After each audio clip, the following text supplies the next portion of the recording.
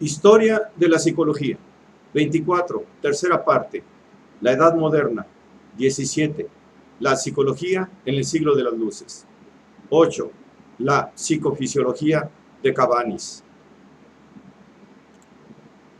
Aunque admitió que la sensibilidad física es la fuente de las ideas y de los hábitos humanos, el médico Pierre Jean-Georges Cabanis, 1757-1808, que perteneció al grupo de los ideólogos, puso claramente de manifiesto esta ambigüedad en la doctrina de Condillac en cuanto a la naturaleza del yo. El gusto por la experiencia y el espíritu crítico se aunaba en él a una vigorosa fe en el progreso de la ciencia. Transferido, año 8, de la cátedra de clínica interna a la de medicina legal y de historia de la medicina, se preocupó por la reorganización de los hospitales y propuso reformas para los asilos de enajenados y las escuelas de medicina. Pero los progresos de la ciencia están condicionados, a su juicio, por un método que, por desconfianza ante las teorías especulativas, se contente con observar escrupulosamente los fenómenos con vistas a inducir algunas consecuencias de su encadenamiento. Cabanis no dudaba de que las ciencias naturales tenían que abarcar el estudio del hombre y de que las cuestiones morales podían ser esclarecidas mediante el estudio de los fenómenos físicos. Así también, tratando a la vez de estos dos aspectos, creyó fundar una nueva ciencia del hombre. A fines del año 5 y a comienzos del año 6, leyó en el instituto, creado por la convención, las seis primeras memorias de su estudio, titulado Reportes de la psicología y de la moral del hombre. Permitidme, pues, ciudadanos, que converse hoy acerca de las relaciones del estudio físico del hombre con el de los procedimientos de su inteligencia, del desarrollo sistemático de sus órganos, con el desarrollo análogo de sus sentimientos y de sus pasiones. Relaciones de las que se desprende claramente que la fisiología, el análisis de las ideas y la moral no son sino las tres ramas de una sola y misma ciencia que puede llamarse, con justa razón, ciencia del hombre.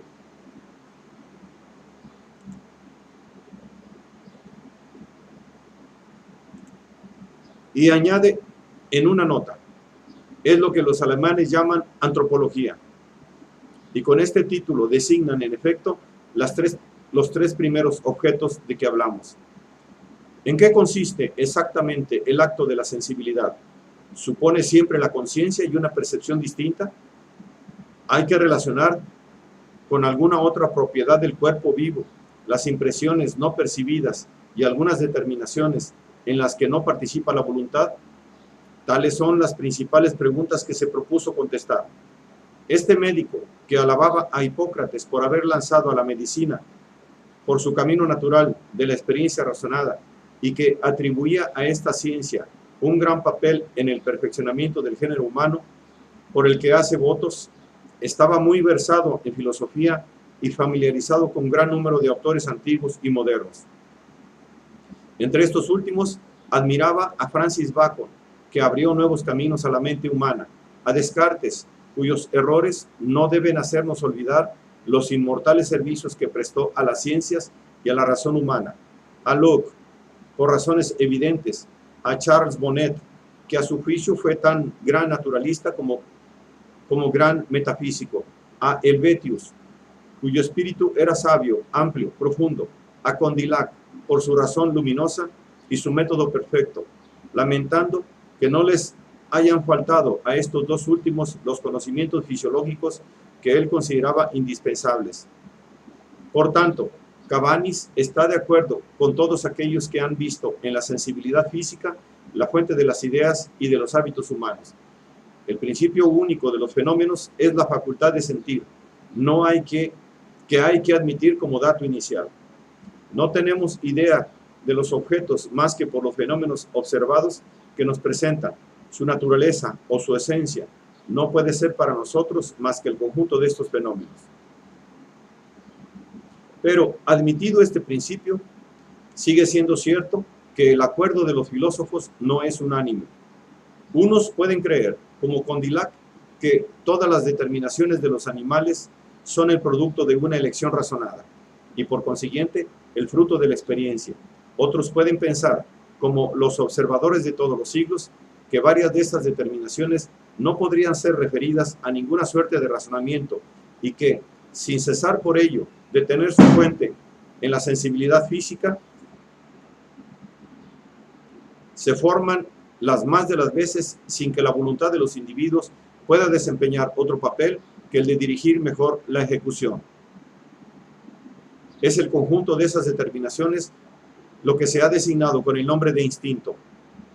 Condillac, al negar las operaciones del instinto y al tratar de reducirlas a las funciones del razonamiento, admitía implícitamente la existencia de una causa activa, que no fuese la sensibilidad. Pues estando esta última exclusivamente destinada a producir juicios, resultaba evidente que los movimientos vitales, digestión, circulación, secreción de los humores, debían relacionarse con otro principio de acción.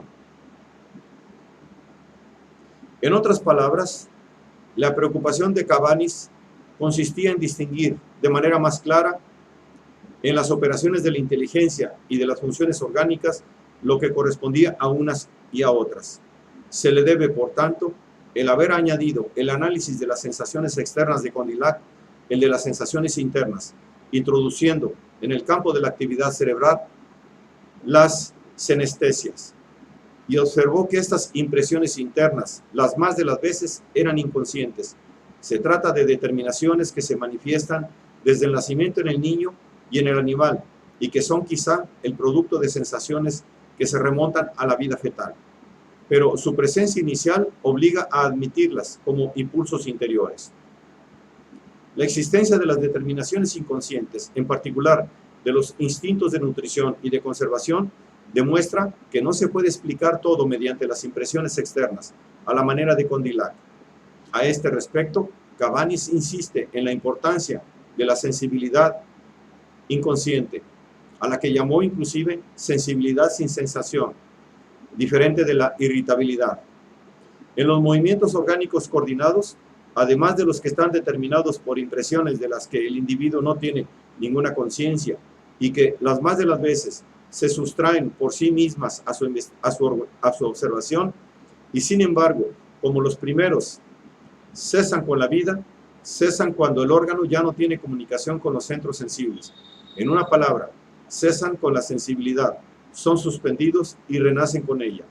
Así pues, la sensibilidad es la condición fundamental sin la cual las impresiones de que dependen no producen ningún efecto, sin la cual, inclusive, no tienen existencia ninguna, puesto que no son conocidas solamente por ellos. Así como no llamamos sensación más que a la impresión percibida, verdaderamente hay sensibilidad sin sensación. La sensibilidad física es el único término a que llegamos en el estudio de los fenómenos de la vida, y el análisis de las facultades intelectuales y de las afecciones del alma nos reconduce a él. Es decir, que lo físico y lo moral se confunden en su fuente. No existen para el ser vivo más causas que las que puedan obrar sobre sus medios de sentir, ni más verdades que las verdades relativas a la manera de sentir en general de la naturaleza humana. Por otra parte, hay trastornos, locuras, epilepsias, afecciones estáticas que demuestran que algunas impresiones no proceden de las extremidades que sienten, sino que se deben al sistema nervioso mismo. Solo ellas permiten comprender las operaciones de la memoria y de la imaginación. Para poner de manifiesto la importancia de la vida fisiológica, atribuyendo al organismo la diferencia de los temperamentos, amplió Cabanis el sensualismo, observando que las diferencias morales e intelectuales no pueden ser explicadas por la diversidad de las impresiones exteriores, sino más bien por la de los órganos y sobre todo por la de los sistemas nerviosos. Hizo una suerte de inventario de las diferenciaciones más constantes, según el sexo, el temperamento, la edad, el estado de salud, el clima, los hábitos, el régimen. La interacción opera en él, de tal modo lo mismo que en la metría, en un sentido que da privilegio a la acción del organismo. A las diferencias y a las modificaciones orgánicas corresponden diferencias y modificaciones de las ideas y de las pasiones. Los órganos motores de los movimientos voluntarios están animados y dirigidos por los órganos sensitivos, y los movimientos involuntarios dependen de las impresiones recibidas por los órganos y se deben a la sensibilidad de estos órganos. Por tanto, no habremos de encontrar dificultad en determinar el verdadero sentido de esta expresión.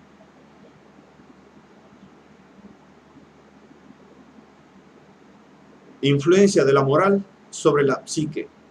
Vemos claramente que designa esta misma influencia del sistema cerebral como órgano del pensamiento y de la voluntad sobre los otros órganos, a los que su acción simpática es capaz de excitar, de interrumpir y aún de desnaturalizar en todas sus funciones. No podríamos interpretar el pensamiento de Cabanis en un sentido que sería la admisión del cerebro como el simple instrumento de un pensamiento inmaterial. Su tendencia materialista parece innegable.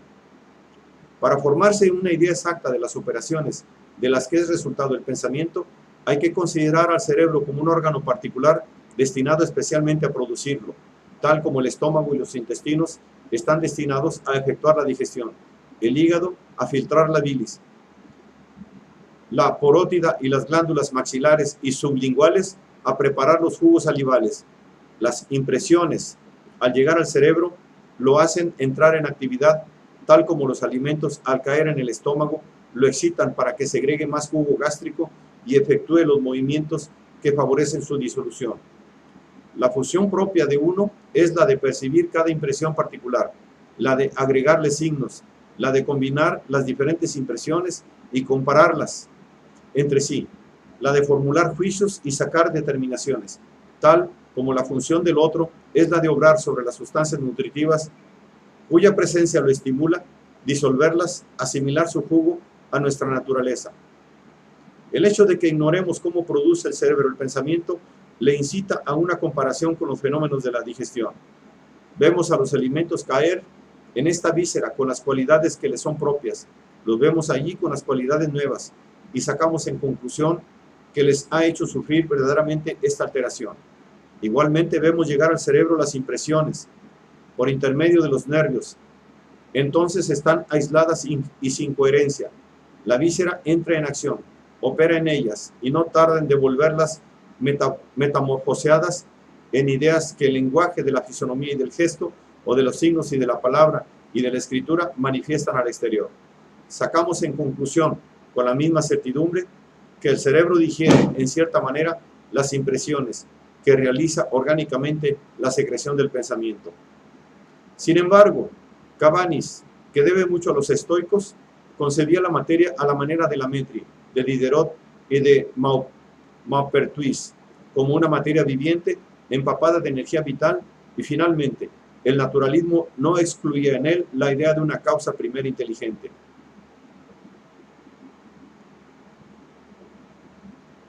Su carta escrita a Fauriel, escrita un año antes de su muerte, nos da testimonio de esto. Saliendo de su reserva, por lo que respecta a los problemas metafísicos, observó que el problema de la inmortalidad del alma envolvía el de saber qué es lo que funda el principio de unidad del ser viviente. ¿Hay que atribuirle un origen central o hay que considerarlo como la resultante de los diferentes órganos? Pues el yo, si tal es el caso, no podría sobrevivir evidentemente a la organización material que le ha dado nacimiento. Ahora bien, como observó, hay motivos para pensar que la vida está concentrada en un foco desde donde su fuerza expansiva irradia sobre todos los órganos y sobre todas las partes, cuya vida particular no sería, entonces, más que una emanación. Esta fuerza centrífuga, propia de todo ser vivo, nos conduce de nuevo a una actividad única, animadora de todo el universo, o lo que es lo mismo, a una causa primera, que es inteligencia y voluntad. Singularmente, Cabanis coincide en esto con los ideólogos y anuncia a Maine de Biran. El ciudadano Tracy, mi colega en el Senado y mi compañero en el Instituto Nacional, prueba con mucha sagacidad que toda idea de cuerpo exterior supone impresiones de resistencia y que las impresiones de resistencia no se tornan distintas más que por el sentimiento del movimiento. Prueba, además, que este último sentimiento del movimiento depende del de la voluntad que lo ejecuta, que se esfuerza por ejecutarlo, que no existe verdaderamente sino en virtud de ella, y que, por consiguiente, la impresión o la conciencia del yo sentido, del yo reconocido como distinto de las demás existencias, no se puede adquirir más que por la conciencia de un esfuerzo deseado. En una palabra, que el yo reside exclusivamente en la voluntad. Por lo demás, Cabanis admite que el sistema nervioso puede dividirse en sistemas parciales y que cada centro puede ser considerado como una suerte de yo, y solo el que habita el centro común, el cerebro, puede ser conocido y tornarse sujeto-objeto para la conciencia. Y si el yo central, en cuanto es esencialmente voluntad, fuente de acción, y se distingue de los centros secundarios por la conciencia, puede ser concebido como inmortal, Cabanis señala que es imposible demostrarlo. No es este el lugar apropiado para insistir en sus concepciones morales, a través de las cuales se emparenta con las enseñanzas de los enciclopedistas. Es el interés personal bien entendido el que conduce a la virtud, e igualmente atribuye un papel importante a la simpatía. 9.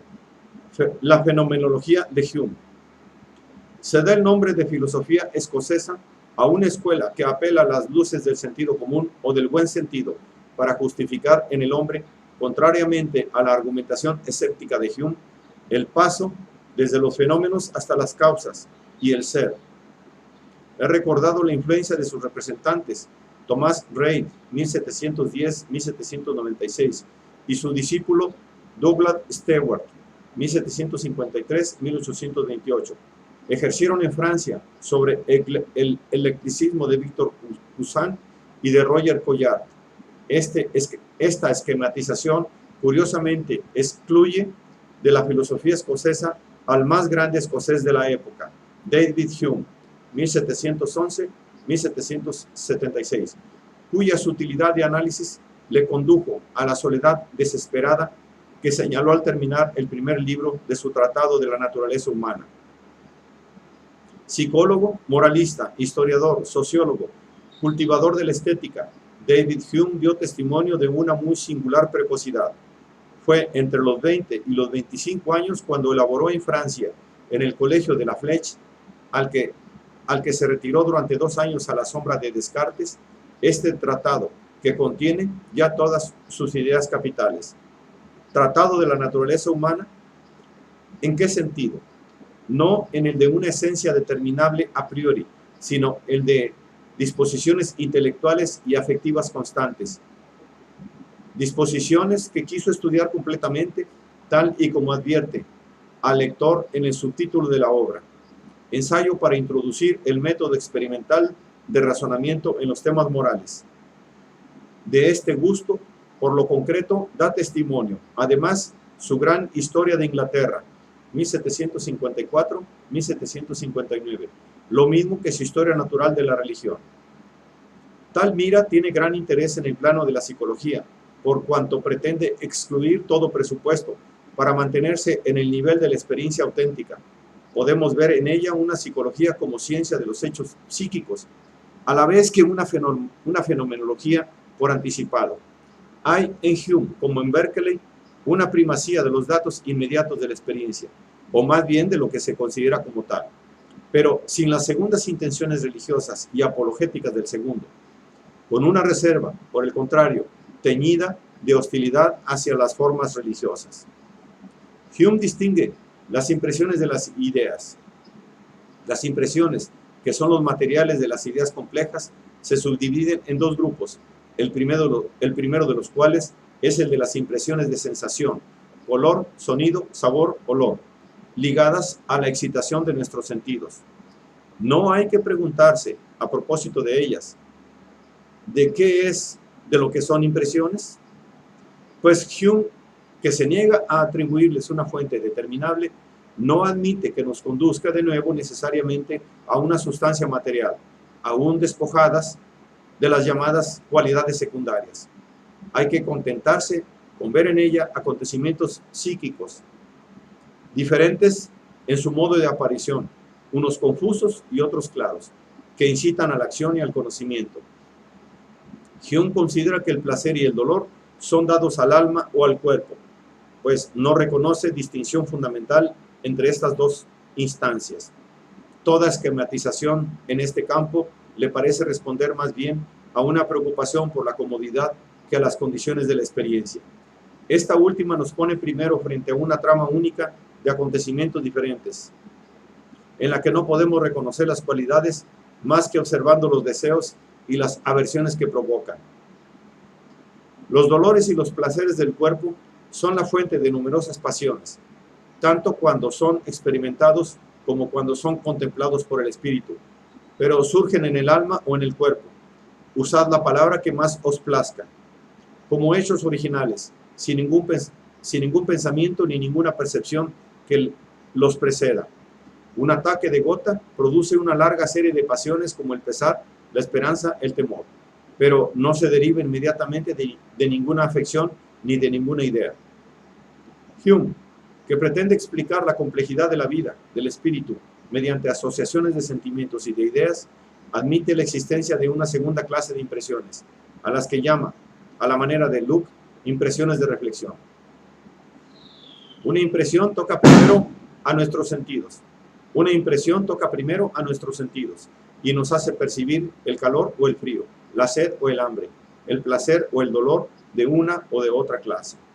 De esta impresión el espíritu saca una copia que queda después de la desaparición de la impresión. Y esto es lo que llamamos idea. Esta idea de placer o de dolor, cuando se presenta de nuevo en el alma, produce nuevas impresiones de deseo o de aversión, de esperanza o de temor, a las que podemos llamar con propiedad impresiones de reflexión, puesto que son derivadas. Estas últimas, nuevamente, son copiadas por la memoria y la imaginación y se convierten en ideas, las cuales, quizá a su vez, engendrarán otras impresiones e ideas. De esta manera, las impresiones de reflexión no son solamente anteriores a las ideas que les corresponden, sino que también son posteriores a las impresiones de sensación y son derivadas. Así pues, parece como si emociones, sentimientos y pasiones deban ser considerados igualmente como simples acontecimientos. Sobre todo, el esfuerzo de Hume tiende a mostrar que la tonalidad afectiva, positiva o negativa, de nuestras relaciones con las cosas no dependen de los objetos naturales en cuanto tales, sino de las combinaciones asociativas. En pocas palabras, placer y dolor son los datos fundamentales que polarizan nuestras tendencias, según que los objetos o las circunstancias los favorezcan o los contraríen, y son los que engendran las categorías del bien y del mal. Por eso es agradable la derrota de un enemigo. Hume atribuye mucha importancia, cuando trata de la afectividad humana, a la simpatía o comunicación de las pasiones, aunque los animales no están excluidos de ello. Los aullidos y lamentos de un perro producen en su compañero una apreciable preocupación, pues las impresiones se ligan igualmente en las especies animales. Para decidir esta cuestión, consideremos que existe evidentemente la misma relación de ideas, derivadas de las mismas causas, en los espíritus de los animales y en los de los hombres. Un perro que ha escondido un hueso se olvida a menudo del lugar, pero cuando es llevado al sitio, su pensamiento para fácilmente a lo que había ocultado anteriormente, por efecto de la continuidad que produce una relación entre sus ideas. De manera semejante, cuando se le ha pegado una buena paliza en un determinado lugar, se pondrá a temblar cuando se acerque al sitio, aun cuando no descubra ninguna señal de un peligro presente. Los afectos de la semejanza no son tan notables, pero como esta relación constituye un elemento importante de la causalidad de la que todos los animales juzgan, como discernimos evidentemente, podemos concluir que las tres relaciones de semejanza, de contigüidad y de causalidad operan de igual manera sobre las bestias que sobre las criaturas humanas. De lo anterior se desprende ya que las ideas, según Hume, no presentan, por relación a las impresiones, más que una diferencia de grado, puesto que constituyen las copias de ellas. Sobre todo, se distinguen por una diferencia de feeling, sentimiento, por una intensidad menor, pues las ideas de la imaginación deforman a menudo las impresiones de la sensación. La memoria, por su parte, las reproduce, en general, debilitadas. Estas elucidaciones proporcionan a Hume un criterio gnoseológico. Es válida la idea que está fundada sobre una impresión. Hay que desconfiar de las que no están así fundadas. Ahora bien, las ideas de las supuestas sustancias material o espiritual no satisfacen de ninguna manera esta condición de validez.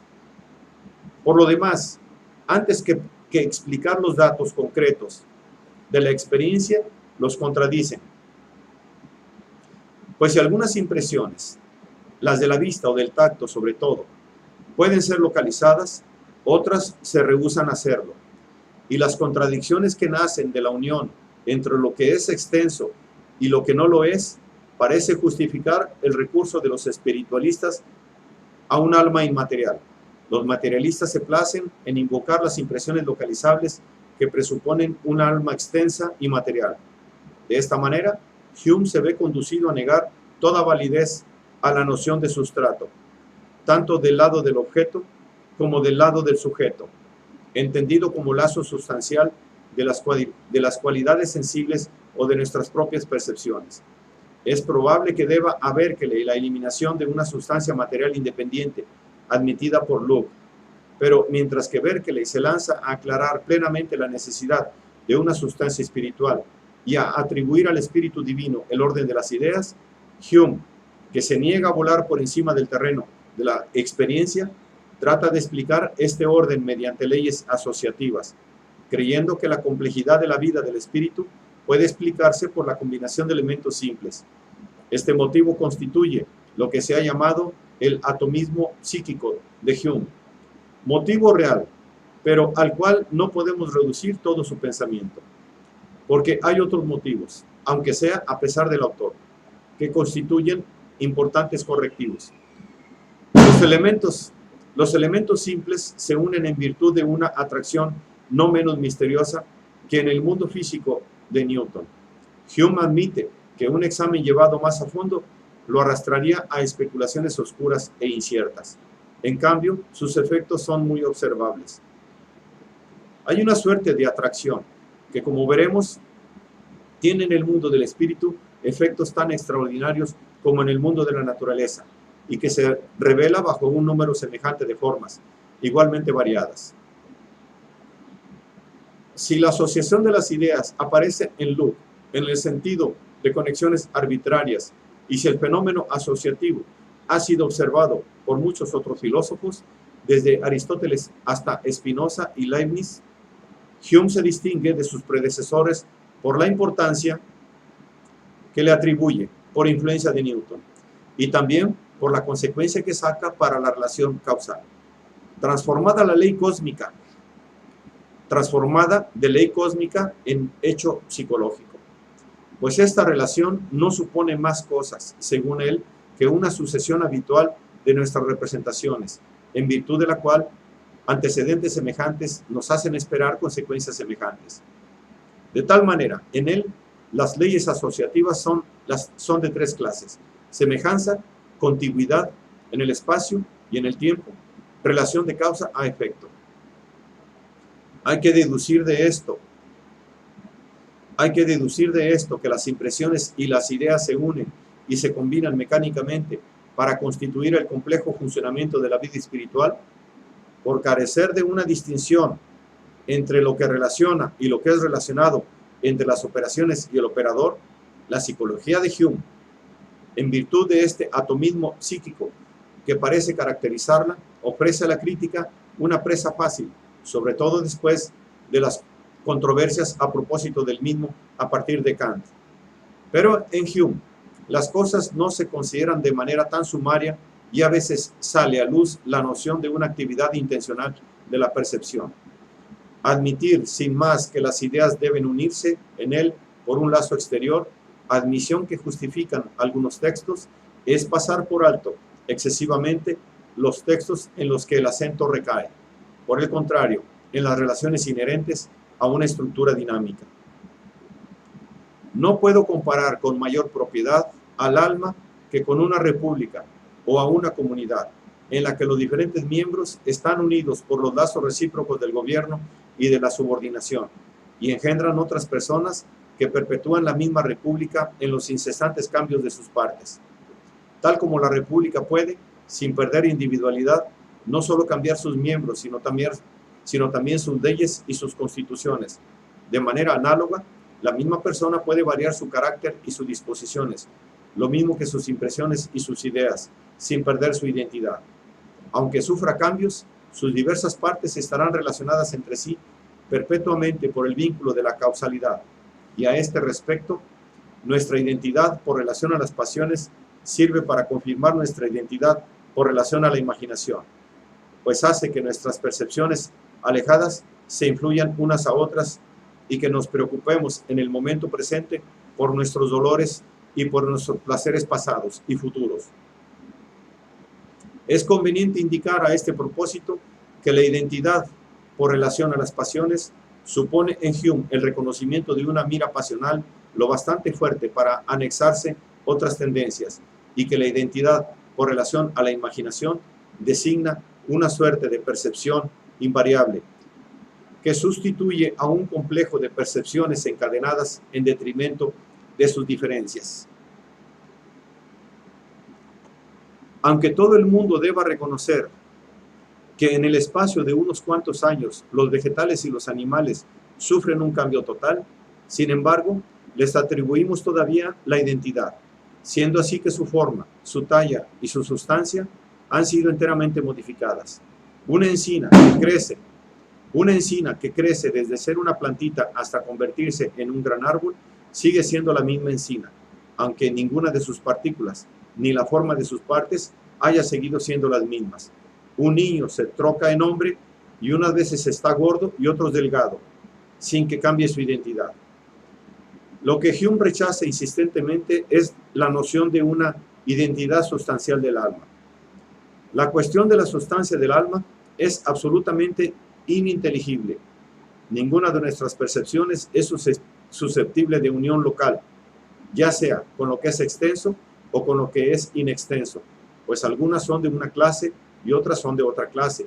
Y puesto que la conjunción constante de los objetos constituye la esencia misma de la causa y del efecto, podemos a menudo considerar la materia y el movimiento como causas del pensamiento, en la medida en que podamos conocer esta relación. Hemos visto que el criterio de validez para una idea es el estar fundada en una impresión. Pero el yo o la persona no es una impresión, sino que es aquello a lo que se dice que se relacionan nuestras diversas impresiones e ideas. Ahora bien, no hay nunca impresión constante e invariable, sino una sucesión ininterrumpida de dolores y de placeres, de pasiones y de sentimientos. Por tanto, de ninguna de estas impresiones, ni de ninguna otra, puede derivarse la idea del yo. Por consiguiente, tal idea no existe. Según Hume, la introspección confirma la imposibilidad de captar al yo en cuanto tal, es decir, como lazo sustancial, del que las impresiones y las ideas serían las modificaciones. Por mi parte, cuando penetro más íntimamente en lo que llamo el yo, tropiezo siempre con una percepción particular o con alguna otra, de calor o de frío, de luz o de sombra, de amor o de odio, de dolor o de placer. Nunca puedo captarme, es decir, captar a mi yo, en ningún momento, sin una percepción, y no puedo observar nada más que la percepción. Cuando mis percepciones se hallan alejadas durante un intervalo de tiempo, como en ocasión de un sueño tranquilo, durante ese mismo intervalo de tiempo no tengo conciencia de mí, y se puede decir verdaderamente que no existo. Si todas mis percepciones fuesen suprimidas por la muerte y no pudiese ni pensar, ni sentir, ni ver, ni amar, ni aborrecer después de la disolución de mi cuerpo, estaría totalmente aniquilado. Y no pienso que se necesite nada más para hacer de mí una perfecta nada. Si alguien piensa, después de una reflexión seria e imparcial, que tiene de sí mismo un conocimiento diferente, tengo que confesar que ya no puedo seguir razonando más tiempo con él. Todo lo que puedo concederle es que puede estar en lo cierto tan bien como yo y que diferimos esencialmente a este respecto. Quizá pueda él percibir algo simple y continuo a lo que llame él, y sin embargo estoy seguro de que no hay en mí semejante principio. Así también se atreve, haciendo a un lado a algunos metafísicos de esta clase, a afirmar que un hombre es un haz o una colección de percepciones diferentes que se suceden unas a otras con rapidez inconcebible y que se encuentran en flujo y movimiento perpetuos. Nuestros ojos no pueden girar en sus órbitas sin variar nuestras percepciones. Nuestro pensamiento es todavía más variable que nuestra vista. Todos nuestros demás sentidos y todas nuestras demás facultades contribuyen a este cambio. No existe un solo poder del alma que permanezca invariablemente idéntico, quizá ni un instante. El espíritu es una suerte de escenario en el que las diversas percepciones hacen sucesivamente su aparición. Pasan, vuelven a pasar, se deslizan sin cesar y se mezclan en una infinita variedad de condiciones y de situaciones.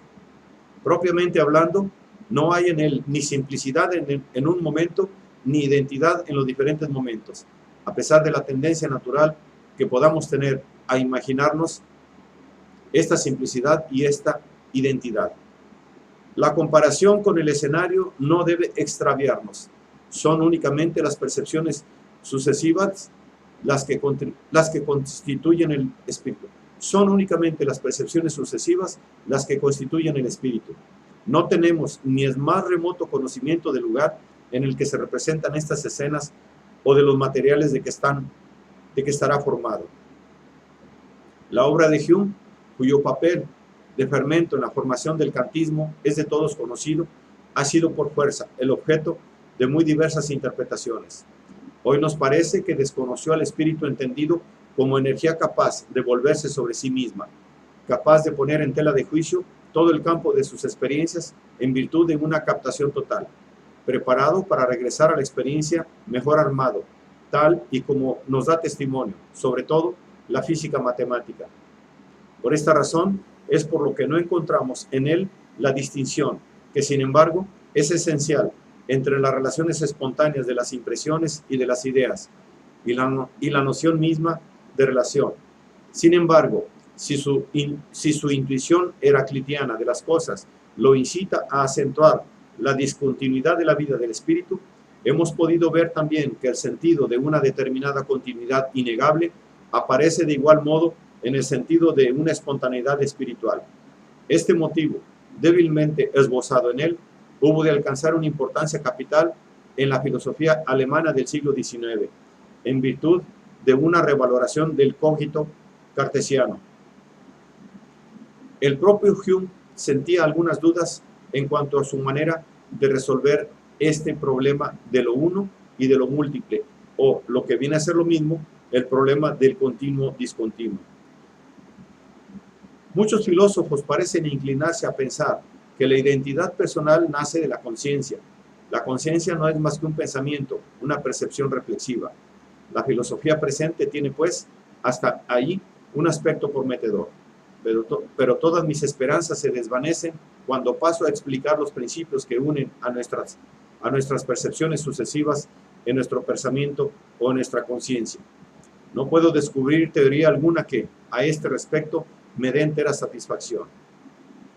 Es sabido que Hume, cuando regresó a Francia con Lord Hertford, que fue nombrado embajador en París en el año de 1763, recibió en los medios intelectuales de la capital francesa una acogida en extremo atenta y cortés, sobre todo por el grupo de los enciclopedistas, que veían en él un eminente compañero de armas.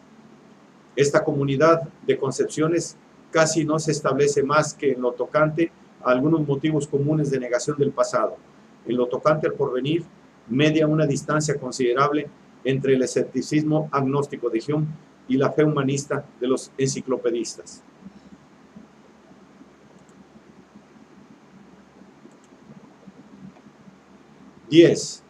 La psicología racional de Christian Wolff.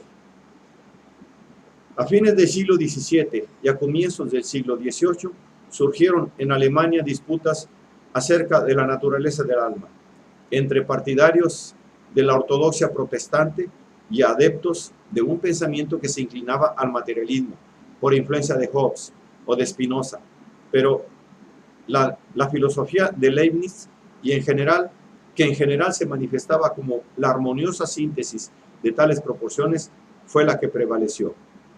Esta corriente leibniziana estuvo representada prestigiosamente por Christian Wolff, 1679-1754, profesor en Halle, combatido por los pietistas, pero protegido por Federico II, y autor de una obra considerable sobre matemáticas, física, filosofía, teología y psicología.